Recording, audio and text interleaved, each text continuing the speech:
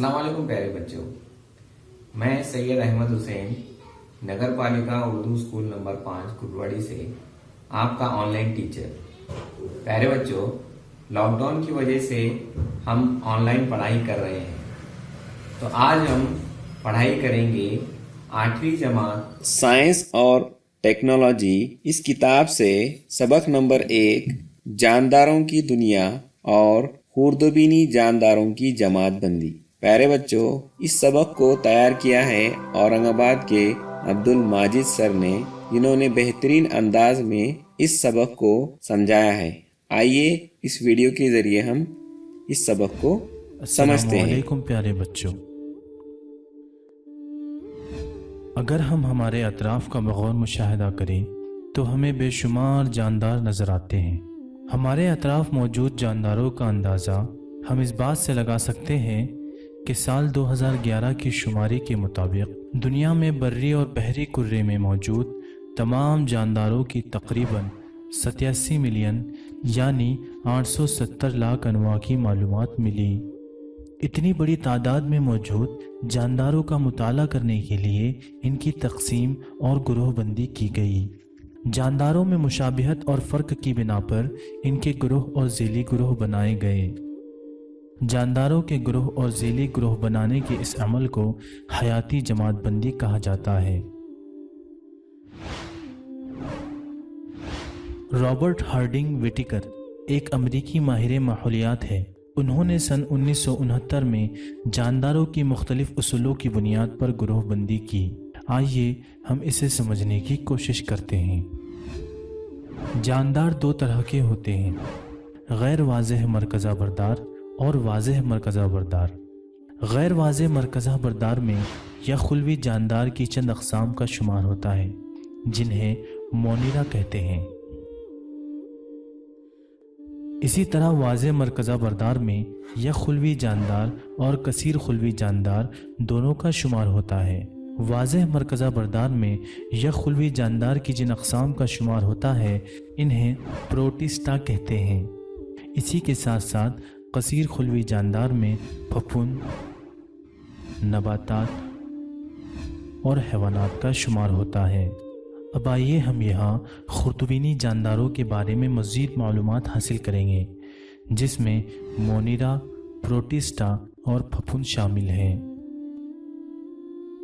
خوردبینی جاندار کی جن اقسام کا شمار مونیرا میں ہوتا ہے اس میں تمام قسم کے بیکٹیریا اور نیلی سبز کائی شامل ہیں۔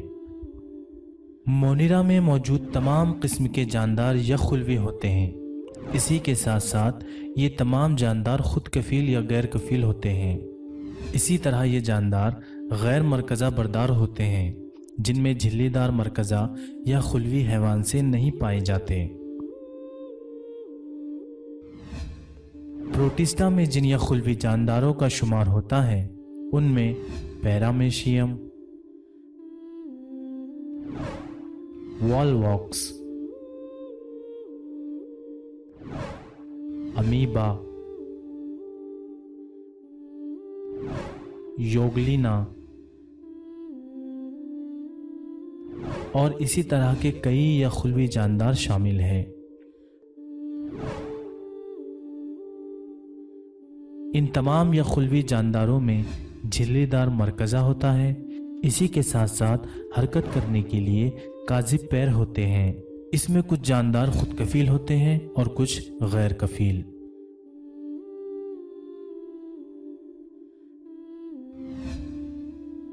اکثر ہمیں باسی روٹی یا بریڈ کے اوپر کپاس کی طرح سفید ریشے دکھائی دیتے ہیں۔ ان ریشوں کو پھپھند یا فنگائی کہتے ہیں۔ پھپھند غیر کفیل، غیر تالیفی و واضح مرکزہ بردار ہوتی ہے۔ اکثر پھپھند گند خور ہوتے ہیں اور یہ گلے سڑے کاربنی مادوں پر زندہ رہتے ہیں۔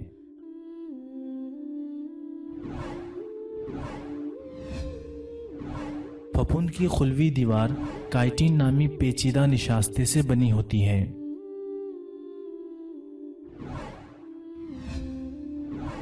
کچھ پھپھند ریشے دار ہوتے ہیں۔ ان کے خلیے مائع میں لاتعداد مرکزیں پائے جاتے ہیں۔ پھپھند کی مختلف اقسام ہمیں مختلف جگہوں اور چیزوں پر نظر آتی ہیں۔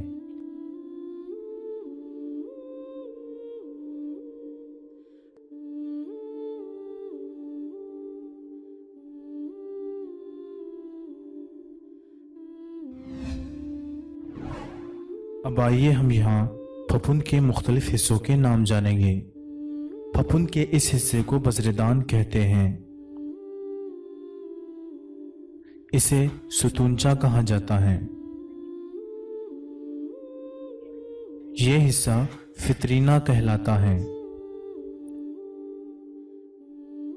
اس ڈنٹل نما حصے کو بزردان بردار کہتے ہیں۔ اس حصے کو نسیجے کہا جاتا ہے۔ پھپھند کا یہ حصہ بیخ نما کہلاتا ہے۔ جانداروں کی جماعت بندی کے ساتھ ساتھ خردبینی جانداروں کی بھی جماعت بندی کی گئی ہے۔ خردبینی جاندار دو طرح کے ہوتے ہیں، غیر واضح مرکزہ بردار اور واضح مرکزہ بردار۔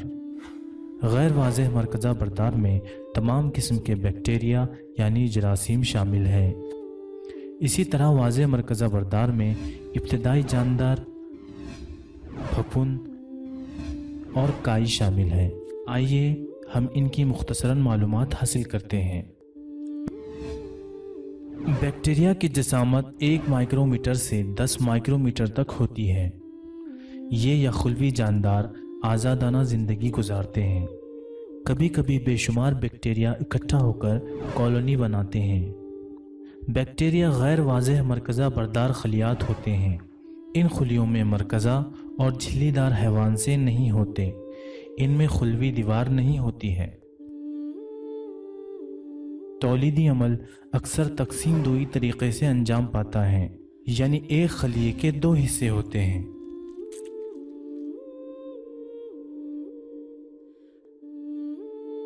سازگار حالت میں بیکٹیریا تیز رفتاری سے بڑھتے ہیں اور 20 منٹ میں اپنی تعداد کا دگنا ہو سکتے ہیں۔ بیکٹیریا ہر جگہ ہوتے ہیں، پھر وہ چاہے ہوا ہو، زمین ہو، پانی ہو یا پھر تمام جاندار ہی کیوں نہ ہوں، بیکٹیریا ہر جگہ ہوتے ہیں۔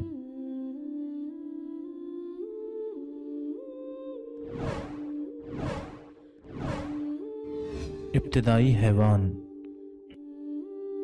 انہیں پروٹوزوا بھی کہتے ہیں۔ ان کی جسامت تقریباً 200 مائکرومیٹر تک ہوتی ہے۔ پروٹوزوا اکثر مٹی اور پانی میں پائے جاتے ہیں۔ کچھ دیگر جانداروں کے جسم میں رہتے ہیں اور بیماریوں کا سبب بنتے ہیں۔ پروٹوزوا واضح مرکزہ بردار خلیے والے یا خلوی جاندار ہوتے ہیں۔ پروٹوزوا کی خلوی ساخت، نقل و حرکت کے اعضاء اور تغذیے کے طریقے میں تنوع پایا جاتا ہے۔ ان میں تولید تقسیم دوئی کے طریقے سے ہوتی ہے۔ ابتدائی حیوان میں جن یخلوی جانداروں کا شمار ہوتا ہے ان میں امیبا اور پیرامیشیم شامل ہیں، جو گندے پانی میں آزادانہ زندگی گزارتے ہیں۔ اسی کے ساتھ ساتھ اینٹا امیبا یہ پروٹوزوا پیچش اس مرض کا سبب بنتا ہے۔ اسی طرح پلازموڈیم وائیویکس یہ پروٹوزوا ملیریا اس مرض کا سبب بنتا ہے۔ یوگلینا نامی پروٹوزوا خود کفیل ہوتے ہیں۔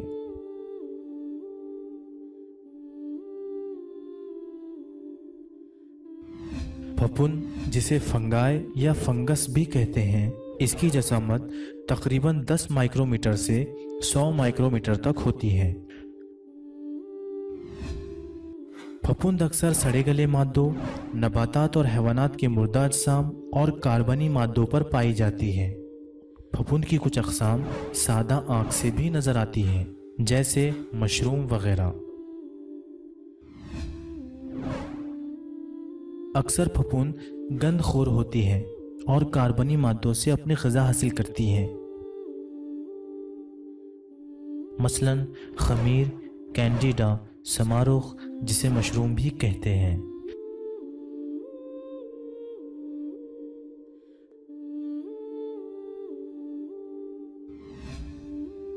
کائی جسے ایلگے بھی کہتے ہیں، ان کی جسامت تقریباً 10 مائکرومیٹر سے 100 مائکرومیٹر تک ہوتی ہے۔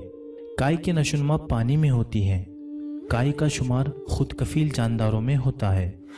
کائی کے خلیے میں موجود سبز مائنہ کی مدد سے شعاعی ترکیب کا عمل انجام پاتا ہے، جس کی وجہ سے یہ اپنی غذا خود تیار کرتے ہیں۔ کائی کی کچھ اقسام یہ خلوی ہوتی ہیں اور دیگر اقسام کثیر خلوی ہوتی ہیں، جسے ہم اپنی آنکھوں سے دیکھ سکتے ہیں، مثلا کلوریلا کلامیڈوموناس۔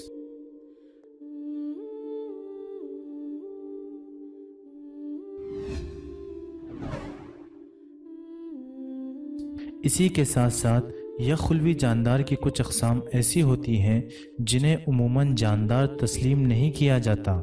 انہیں جاندار اور بے جان کے درمیان خط حاشیہ یا فاصل مانا جاتا ہے۔ انہیں وائرس کہتے ہیں۔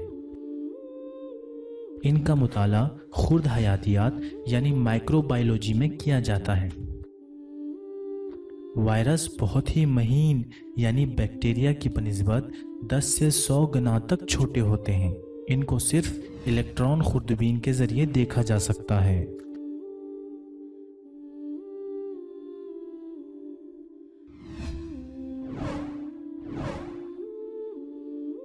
وائرس نباتات اور حیوانات کے زندہ خلیوں میں ہی رہ سکتے ہیں اور ان خلیات کا استعمال کرتے ہوئے خود کے لیے پروٹین تیار کرتے ہیں اور خود جیسے لاتعداد وائرس تیار کرتے ہیں۔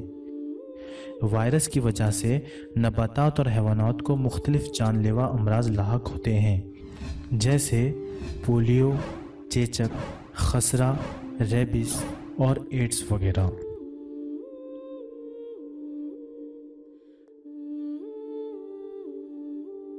ہم امید کرتے ہیں کہ آپ کو اس ویڈیو کے ذریعے نیا کچھ سیکھنے اور جاننے کا موقع ملا ہوگا۔ اس لیے اس ویڈیو کو مزید آگے شیئر کریں تاکہ اس ویڈیو سے دوسرے طلباء بھی مستفیض ہوں۔ اللہ حافظ۔